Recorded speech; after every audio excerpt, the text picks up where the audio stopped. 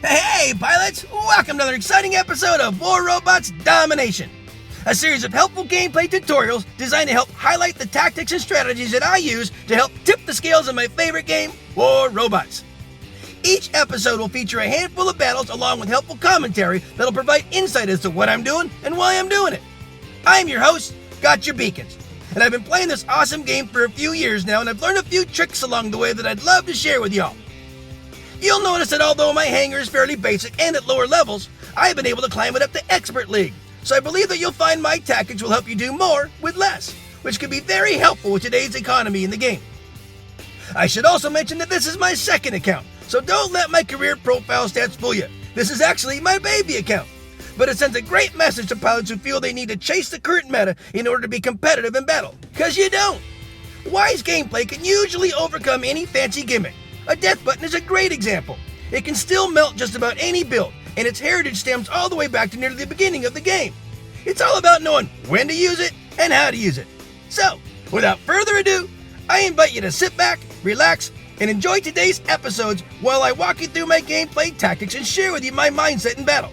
I hope you find it entertaining, helpful, and fun to watch. I think you will.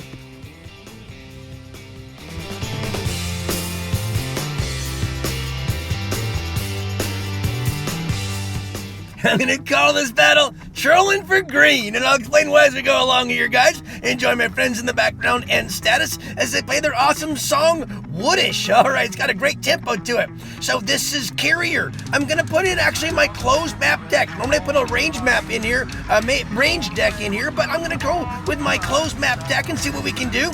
This is Sir Nightmare. He is my Nightingale. This one has the cryos on it.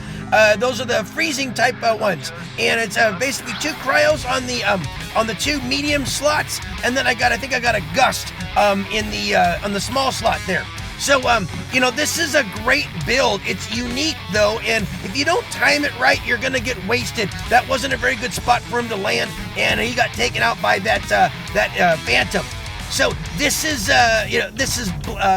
Whizbang. He's my Blitz. He's got halos on him. The halos got a nerf. They're not quite as potent. You gotta worry about it. You can't just start firing from a distance. You gotta get up close before you start firing, because they fire really, really fast and you empty out quickly. This was all about getting the beacon. I'm a Beaconeer, guys. So I call this battle Trolling for Green. Trolling is a term used in this game, and you can use it for different things, but essentially what you're doing when you're trolling is you're annoying the other players. You're being a nuisance. My Diablo here, he's my Loki. He is the ultimate nuisance. He's the ultimate troll.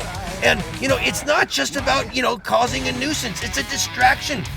I am also going for beacons, but in going for beacons, they're seeing me and they're coming after me. And, obviously with the constant stealth, I can evade. They're hitting me a little bit. Now I've got, a couple of great piloting skills on him. I got anti-control, so that allows even if they have lockdown weapons, I don't necessarily get locked down, so they can freeze me. I got the phase shift that I'll use every once in a while. I've got mechanic and raider mechanic. That the mechanic means he's always pumping up a little bit of health. And actually, when he caps a beacon like this one, he also revives a lot of his health. So he's a pretty healthy little durable bot. I've got pinatas on him, which give a good little splash boost when I want to use them, but I hardly ever pull them out. You saw I used them on that Phantom earlier, a little bit of payback. Well, what I've been doing here for the last, few minutes with him is I've been trolling. I basically have been running around their backfield, and I've got a Cerberus, whatever they're called, after me. He's got a flame, and he's got a lower hanging gun. One requires lock on, so he can't lock on to me with it. The flame would shoot over my head, so he doesn't use that. But he's got that one low-hanging Terran, which is tagging me every once in a while, but not enough to do anything. And what I'm doing by running around here and basically tying him up and getting some of the other guys after me is I'm trolling them. I'm absolutely got one eye on the panicometer. I told you that, guys. All that stuff at the top, That's your panicometer. You know, beacon count and beacon bar and the timer and all. And I've been keeping an eye on that panicometer, and I've been watching that my trolling is actually having an effect. It's allowing my men to kind of do some other things around the rest of the battlefield, you know, and we're kind of getting up on beacons, we're getting up on beacon count, and beacon bars looking pretty good, and tying up this service allows him to not really be able to go out and do anything else. And as long as we're keeping that, you know, 3-2 beacon advantage or 4-1 beacon advantage, you know, letting my mates do their thing, it doesn't really matter what the Reds are doing right now, because I've been trolling them to the point where they really aren't doing much. This one guy's for sure, but you know, a lot of the other guys are kind of looking over at me too, and being able to troll these guys all this time allowed us to have a nice green banner at the end, guys. So remember that, you know, trolling is a battle style. It does annoy the Reds, it distracts them, it takes them out of their rhythm, it doesn't allow them to get an offensive going against you, it doesn't allow them to team up all that well, because you're basically tying them up. So make sure that, you know, if you are out there trolling, you're doing it with purpose, you're doing it with a mind of what your rest of your mates are at. Make sure you have one eye on the panicometer, and you might see some more green banners at the end. We had a whole lot of great pilots on both sides. If you see your name, thanks for the game. Peace out. I'm going to call this battle Beaconeering 101, and I'll explain why as we go along here. Guys, enjoy my friends in the background and status as they play their awesome song November. It's got a great sound to it. All right, guys, this is Springfield. I take my open map deck out here. This is Major Pate. He's my beautiful Zeus Fury, and he's what I always open up with him for on these big open maps is to help him kind of just monitor to see what's going on. You never know when you open up in a battle, you know, what your mates are going to do and what the Reds are going to do. You don't necessarily know, even what kind of league you're up against. Because I'm in Masters 3, so sometimes I'm going to be in with other experts. Sometimes I'm going to be in with other Masters. Sometimes I'm even going to be up against with some champs. It's hard to always tell, you know. So I got this kind of a balanced deck here to kind of let me to kind of get the feeling of what's going on here. So I opened up with my beautiful Zeus Fury, that was Major Pain. Then I followed up with Sir Nightmare, he's my Nightingale. And all I'm trying to do right now is kind of see what's going on. You know, I'm calling this Beaconeering 101. Beaconeering is beacon management. That's what I do. You know, you got to play to your strengths. Some people like to be brawlers. Some people want to be range bots. I am actually a beaconeer. I call that, I don't know if that's a made-up name or not, but I'm all about beacon management and beaconeering. I don't play team deathmatch. I play beacon rush and domination. The key to those, both of those, is making sure that you're on top of your beacons. You know, beacons is what wins these type of battles almost every time. You know, very rare are you going to mech out the other team unless there's been a really bad matching, and you know, you're far more powerful than the other team. But in most cases, matchmaking is going to put you in with kind of an equal, opponents, and so you're never really going to mech them out. More than likely, it's going to be about how well you are on beacon. So being a beaconeer is what I've learned how to do, and this is what I mainly teach on most of my tutorials. So let's talk about beaconeering. What does it do? What's it mean? It means you're always focused on the beacons, not so much the damage. And what you see, even with Major Pain, he is all about guarding the beacons to begin with, and seeing where I need to go. Then once I kind of see where my advantages are and see what the Reds are and see the layout of the battle, then I start, basically looking for beacons that I can go after. You saw that I went to the back beacon up on the hill to help get that one Red protected. I even helped take out that AJ with my little Diablo here. Then I took him all the way to the back because this back beacon wasn't being guarded.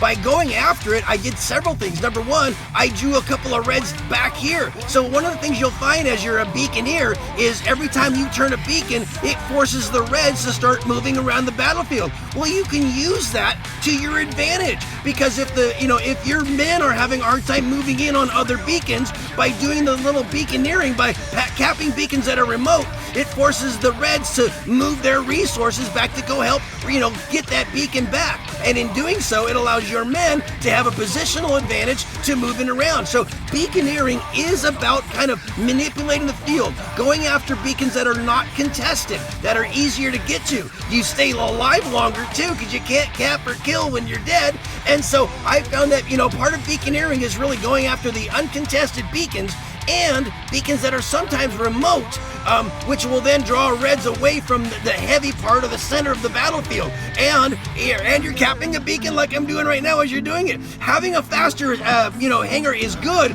but having, just being mindful about where to go, it helps a lot too. So, I'll keep talking about it. I talk about beaconeering on a regular basis. You're not going to get top damage, because you're going after beacons, not combat. Look at all these these champions on my side and on the other side. They're going to do a whole bunch of heavy lifting. All I did was kind of go around the fringe and go after the easier beacons, but it certainly gave us an advantage, kept us at a nice advantage, and even with great pilots on both sides, we had a nice green banner at the end. Hey, if you see your name, thanks for the game. Peace out. I'm going to call this battle Play the Field, and I'll explain why as we go along here, guys. Enjoy my friends in the background as they play their awesome instrumental Mortality. Alright, guys, so this is this episode's Beacon Rush battle, and I always play it the same way. I rush on in. We're trying to get a 3 to 4 capper, and then you create a containment zone around their spawn area. You gotta play the field when you're doing that, though. You can't just kind of play it like Domination. You're trying to absolutely watch what beacons are turned, and normally instead of hopping in there back where I died, I needed to get back here because I saw that our back beacon was being threatened. You gotta play the field when you're playing Beacon Rush. You gotta watch to see where everyone's at. You really want to try to build this containment zone around their home spawn area, and that's the most important thing. So make sure that your back doors are covered first, and if you see them being threatened, you gotta hop back there. But once you got that, like we have, now it's a matter of getting this one back here, or the one over to the far right, which I was originally trying to go for with Frick when I opened up. Well, I'm gonna try to get this one now. I know I'm not gonna get this, but what's gonna happen is this guy's gonna be here, and a few more are gonna spawn in. By having them spawn back here to help protect, it helps lighten up the load on the rest of the field. Now I can go over here and go to that one beacon. Now, so we got it. So now we got this 4 capper. We have this containment zone. We have them all sewed up. So there's nothing else I can do in Diablo, really, but I see someone threatening our back beacon there. So I wanted to kind of just eject and go out there and save it quickly. I wasn't able to do it because I hadn't been in my bot long enough, but now I got my mates back there. So we got that one covered. So now we got to go back and again just maintain this 4 capper, and I don't want anyone to get this one. So I'm going to go ahead and just go after their back beacon here. I see that they're pressing over to the one on the far right. So if I get back here, they might start moving back here to help protect their back door, and in doing that, it's going to help this guy secure that one back there. Oh, I got bumped. That was an Arthur fart that pushed me out of there, but that's okay. We got this nice 4 capper here, and the game is just about over, and that was a nice green banner at the end, guys. Guys, you got to make sure you're playing the field when you're playing Beacon Rush. This is not about combat. You're not looking for guys to kill. You're looking for beacons to maintain, to have that 4 capper. We got champions on both sides. All I was doing was not about combat. I'm not going to try to take these guys out. I simply want to maintain the 4 capper so that we can build that nice containment zone around their battlefield, or around their home spawn area, and that's how you do it. Great pilots on both sides. If you see your name, thanks for the game. Peace out. Well, friends, that just about wraps it up for another episode. Thanks so much for watching. I hope you enjoyed what you saw and were able to take something you learned and use it in battle. I add content to my YouTube channel on a regular basis, so if you like what you see, please tap on the subscription button and then tap the bell to be notified when new episodes are released. Or just click on an old episode and maybe catch another tip that'll help you up your game. Also, Discord is a great way to connect with other amazing pilots, keep up on the latest news, and learn more ways to improve your gaming experience.